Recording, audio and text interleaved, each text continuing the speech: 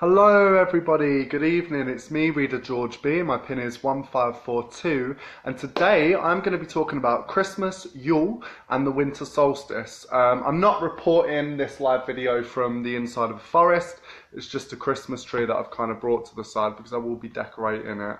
Not this evening, but tomorrow because I'm quite superstitious like that, 12 days. So, just to let you guys know, my name is George B and my pin is 1542, and currently the offer is at 29 pence per minute for the first 10 minutes for our new customers only. To take advantage of that offer, you can call 0800 0678 950. That's 0800 0678 950. Alternatively, you can also log on to www.thecircle.com. Just to let you guys know as well, this evening I won't be rotated on, unfortunately. I will be rotated on Saturday 1 in the afternoon to 5 p.m. and then from Sunday 7 p.m. to 9 p.m. Apologies to most of my clients as well, just because at the moment I haven't been able to be logged on and taking readings and calls at the moment as much as I would like to, but I do work part-time in retail. However, if you do want a reading from me, please feel free to give me an email. You know, I will not shut you out in the cold. It's just been trying to juggle things at the moment. And January, normal service will be resumed, but for the moment, Christmas takes everything over.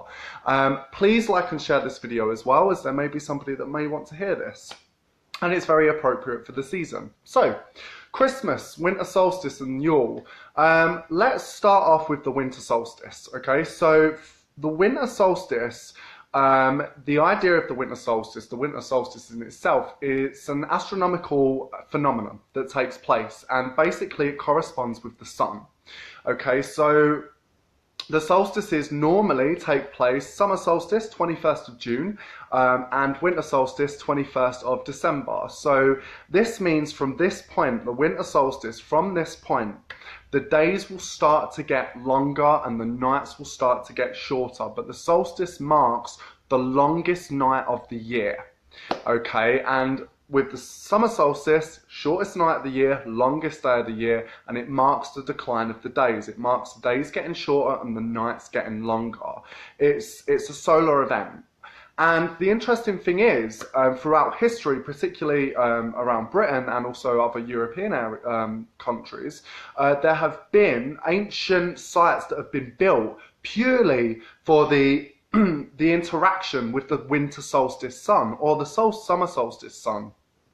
So there are various different sites that we have around, you know, Britain and Europe, ancient sites that, you know, correspond with the winter solstice. So Newgrange in Ireland, I went there and it was an amazing, beautiful place. And Newgrange in Ireland is basically, you know, a huge burial mound where the winter solstice, every winter solstice, the sun would go in and illuminate the tombs of the dead. The sun would give life. The sun would give life force. And not only that, also Stonehenge. Stonehenge, the way in which the sun goes, bounces off the stones to reflect on a major stone during the winter solstice. So the winter solstice has the celebration of winter, the celebration of life, of light, has taken place for a long time around Britain and around Europe. Now there is the you know, the winter solstice, but there's also Yule, known as sometimes Yule or Yule. And Yule was a Viking celebration. However, there are so many different countries now that still call it Yule. And Yule is basically quite limited to what we actually know in terms of the Vikings. There is actually common to misconception, you know, misconcepted belief. There is not a lot about Yule that we know. So we know that the Vikings had a Yule log, which was a massive log which was carved in runes, which was maybe had libations poured over it, things given to it, and it was put on the fire to warm the hearth, to warm the household. And the thing is as well, we know that there was a lot of feasting, we know that there was a lot of drinking, a lot of big celebration there, and we also know that the Germanic tribes used to bring evergreens into the house. They used to bring things into the house like evergreens and decorate the houses. And so by bringing these evergreens in, it was bringing life force in. It was bringing life at a time of darkness. It was bringing health. It was bringing abundance. It was bringing energy and life force in at a time of death and decay and darkness outside, we would bring life force in. And so a lot of people think that the Christmas tree is actually pagan. And in a sense, it kind of is. It kind of is. But according to Ronald Hutton's book, Stations of the Sun, the Christmas tree, which is why I've kind of got it by the side of me, I'm not going crazy, but the Christmas tree was actually brought into Britain during the Victorian times by Prince Albert. Prince Albert there was a picture that was released of Queen Victoria and Prince Albert with a Christmas tree, and Prince Albert had brought it in because he was German to remind himself of his childhood at Christmas, and everyone kind of cottoned onto this and was like, oh my god, you know, the Queen and Prince Albert has this tree, so I'm going to have one, and it kind of became a thing. However, that doesn't necessarily mean that if it was done over in Germany, and we know that the older Germanic tribes brought in evergreens and brought in, you know, these plants to signify health and to signify life force in older pagan times, the Christmas tree could be a remnant of that. It could be a remnant of older pagan times. And, you know, if you look at it in terms of Christianity, so like Christmas, the birth of Christ, and you look in some place, in some sort of sects of Christianity, Jesus is known as the light of the world.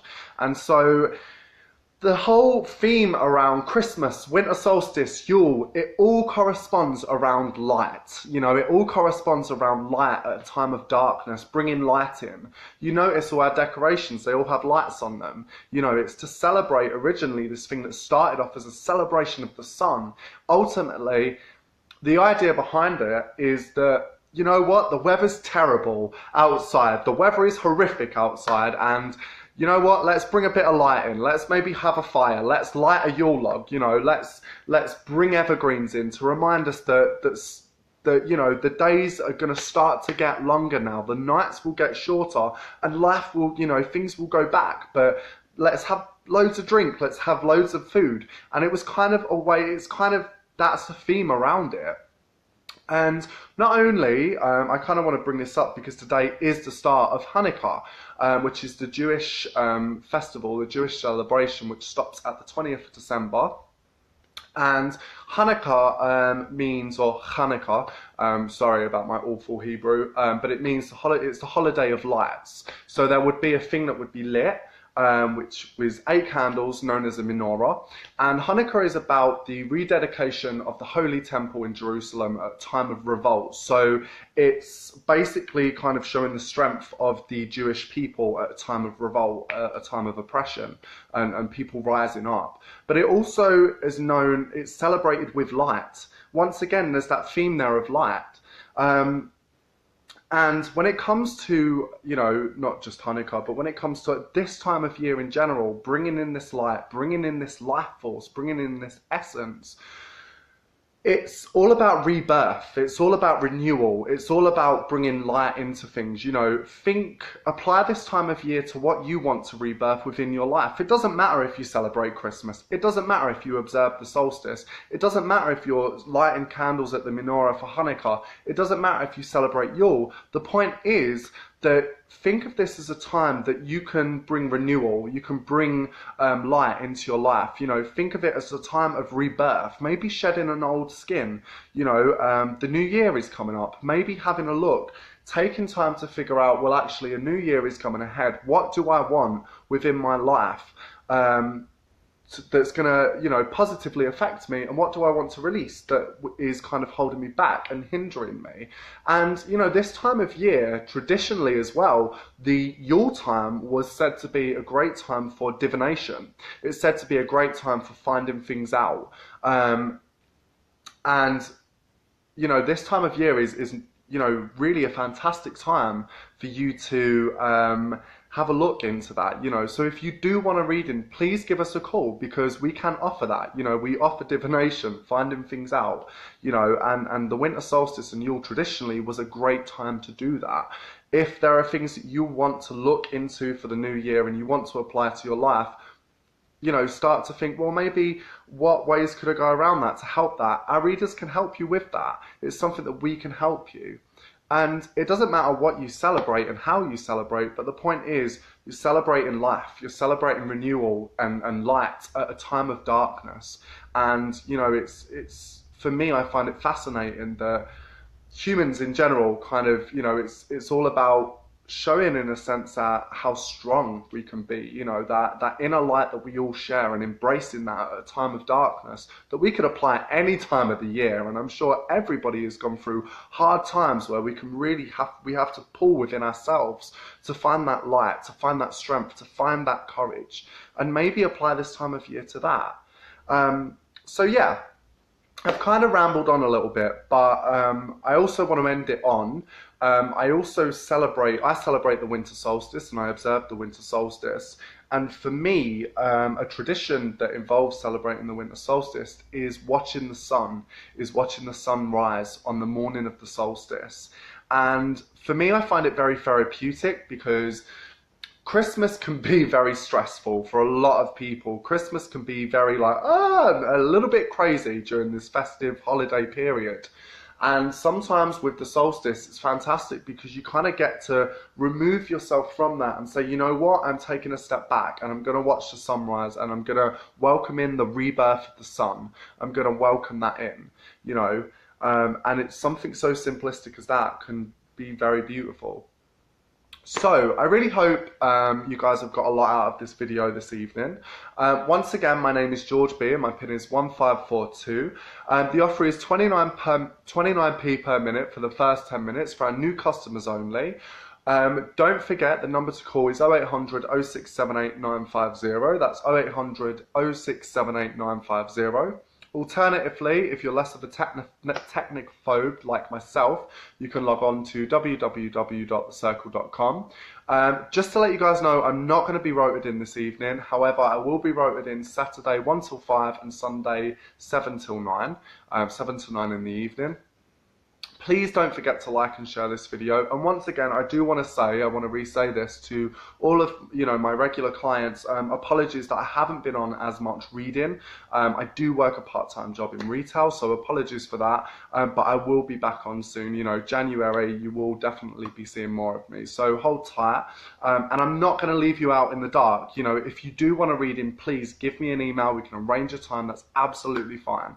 But yes, peace and over and out, and Merry Christmas, Happy Winter Solstice when it happens, Happy Yule, Happy Hanukkah, whatever you celebrate, happy light, you know, happy festival of lights. Over and out.